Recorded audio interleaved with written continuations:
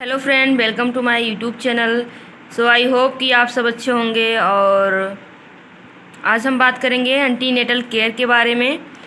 अगर मेरी वीडियो आपको अच्छी लगेगी तो प्लीज़ वीडियो को लाइक कीजिएगा, शेयर कीजिएगा एंड सब्सक्राइब करना बिल्कुल मत भूलिएगा। स्टार्ट करते हैं। आज का जो अपना टॉपिक है antenatal care. Systematic supervision of a woman during pregnancy is called ANC means antenatal care. मतलब जो मदर होती है उसका हम सिस्टमेटिक सुपरविज़न करते हैं प्रेगनेंसी के दौरान। मदर का मतलब जो प्रेग्नेंट वुमेन है उसको हम बोलेंगे एंटीनेटल केयर। और मतलब उस टाइम जो है प्रेगनेंसी के दौरान हम मदर का एग्जामिनेशन भी करते हैं और उसको प्रॉपर तरीके से एडवाइस भी देते हैं, तो उसको हम बोलेंगे क्या, antenatal care. Then antenatal care का एम्स क्या है, उद्देश्य क्या है, to screen the high risk cases. मतलब जो हाई रिस्क केसेस हैं उसको आइडेंटिफाई करना मीन्स स्क्रीन करना। और सेकेंड वन है टू प्रिवेंट और to detect and treat at the earliest any complication. मतलब हमें प्रिवेंट करना है अगर मदर को कोई भी डिजीज़ है, और डिटेक्ट करना है मतलब पहचानना है, और पहचानने के बाद में अगर मदर को कोई भी डिजीज़ है तो उसको ट्रीट करना है। अगर कोई भी कॉम्प्लिकेशन है तो जल्दी से जल्दी हमें उसे आइडेंटिफाई करना है एंड उसका ट्रीटमेंट करना है। ये मेरा सेकेंड एम्स है। एंड थर्ड क्या है, to ensure continue risk assessment and to provide on going primary preventive health care.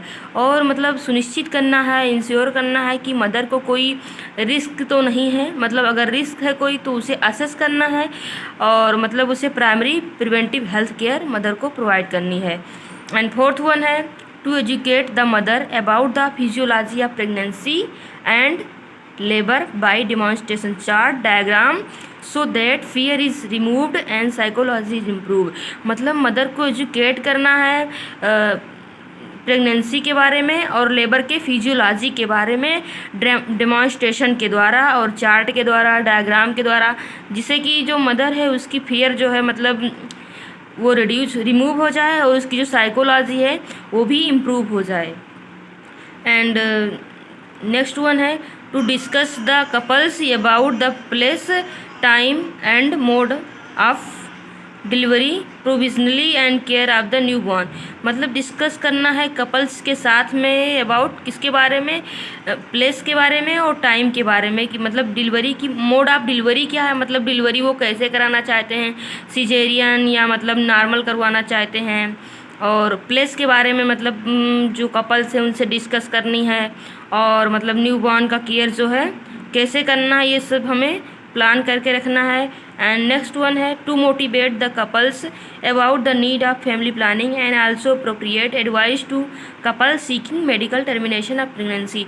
हमें कपल्स को मोटिवेट करना है किसके बारे में, फैमिली प्लानिंग के बारे में, और मतलब अप्रोप्रिएट तरीके से एडवाइस देनी है कपल्स को कि वो प्रॉपर तरीके से मेडिकल टर्मिनेशन का यूज़ करें, जैसे कि कंडोम ETC। एंड देन आता है ऑब्जेक्टिव ऑफ एंटीनेटल केयर। इसमें है to ensure normal pregnancy with delivery of a healthy baby from a healthy mother. मतलब एंटीनेटल केयर का जो ऑब्जेक्टिव है ये होता है कि जो प्रेगनेंसी है वो नॉर्मल हो और जो बच्चा है वो हेल्दी हो और मदर भी हेल्दी रहे। ये है एंटीनेटल का ऑब्जेक्टिव।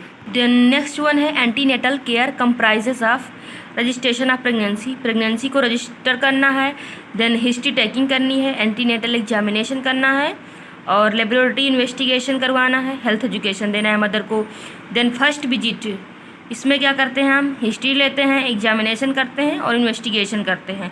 तो सबसे पहले हम हिस्ट्री लेंगे मदर का, पार्टिकुलर ऑफ द पेशेंट का, चीफ कंप्लेंट विद ड्यूरेशन ये भी हमें लेना है, पास्ट हिस्ट्री पेशेंट का लेना है, obstetric history and menstrual history लेनी है पेशेंट का, ड्रग हिस्ट्री,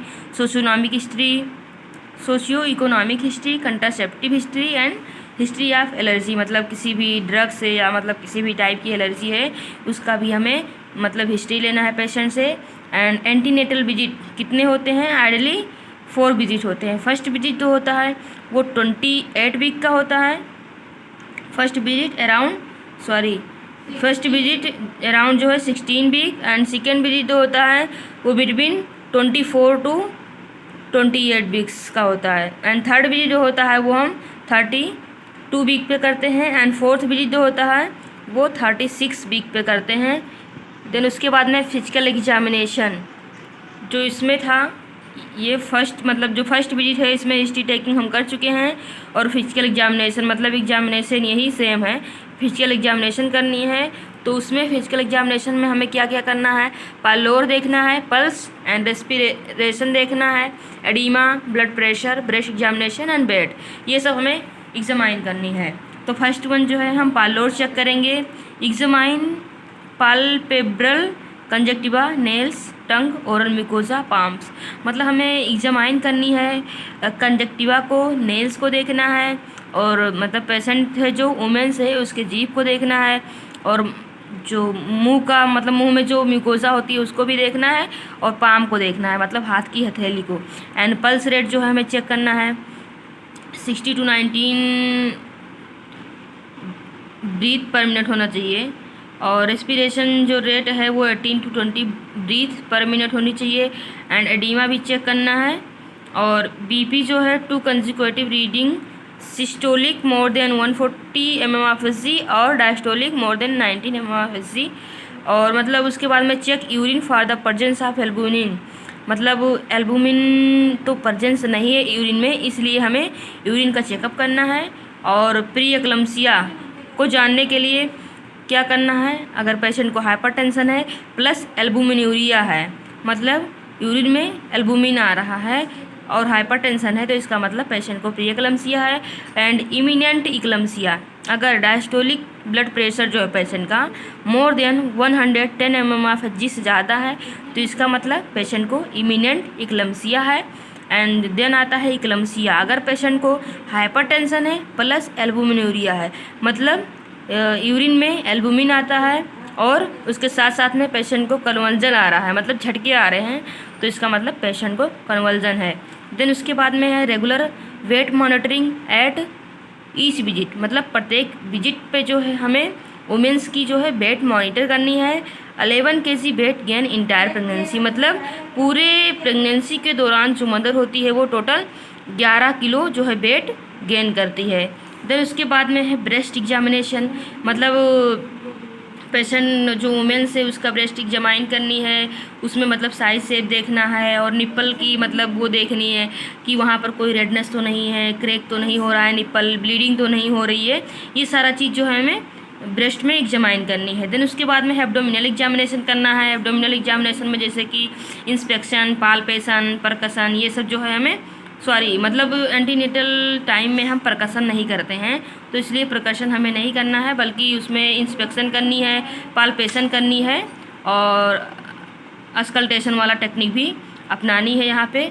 देन उसके बाद में है measurement of fundal height, foetal heart sound, मतलब फंडल हाइट को भी मेज़र करना है, और बच्चे के मतलब जो फीटस है उसके हार्ट के साउंड को भी मेजरमेंट करनी है। अनफीटल मूवमेंट को भी चेक करना है, और फीटल पार्ट को भी चेक करना है, और मल्टीपल प्रेगनेंसी को भी आइडेंटिफाई करना है। और उसके बाद में अगर हम मतलब एब्डोमिनल एग्जामिनेशन करते हैं तो फीटल केलाई और प्रेजेंटेशन को भी आइडेंटिफाई करना है, और inspection arm for abdominal scar और एनी अदर रिलेवेंट फाइंडिंग, और मतलब देखना है कि एब्डोमिन में कोई स्कार तो नहीं है, प्रीवियस सिजेरियन मतलब सेक्शन तो नहीं हुआ था। और उसके बाद में है लैब इन्वेस्टिगेशन, तो लैब इन्वेस्टिगेशन में हम HB एस्टिमेशन करते हैं, ब्लड ग्रुपिंग करवाते हैं, और यूरिन चेकअप करवाते हैं, BDRL टेस्ट, मतलब ये हम कोई STD वाले डिजीज़ तो नहीं है इसलिए हम ये टेस्ट परफॉर्म करवाते हैं। एंड HbA-CAG टेस्ट हेपेटाइटिस को मतलब आइडेंटिफाई करने के लिए, एंड अल्ट्रासोनोग्राफी करवाते हैं प्रेगनेंसी प्रोफाइल के लिए। एंड रिस्क अप्रोच, मतलब कौन कौन से रिस्क हैं जो कि एंटीनेटल मदर में मतलब हो सकते हैं, जैसे कि अगर एल्डरली प्राइमरी ग्राविडा हैं, मतलब उनकी एज जो है मोर देन 30 ईयर है, और 60 सेच्योर प्राइमरी है, मतलब जैसे कि मदर जो है फर्स्ट टाइम प्रेग्नेंट हुई है और उसकी हाइट जो है कम है, तो ये भी एक मतलब प्रॉब्लम क्रिएट कर सकता है।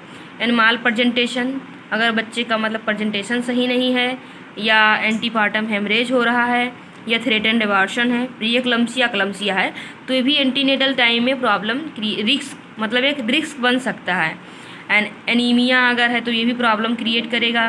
ट्विंस बेबी हैं अगर एंटीनेटल मदर्स को तो वो भी प्रॉब्लम क्रिएट करेगा। ये सारे रिस्क हैं।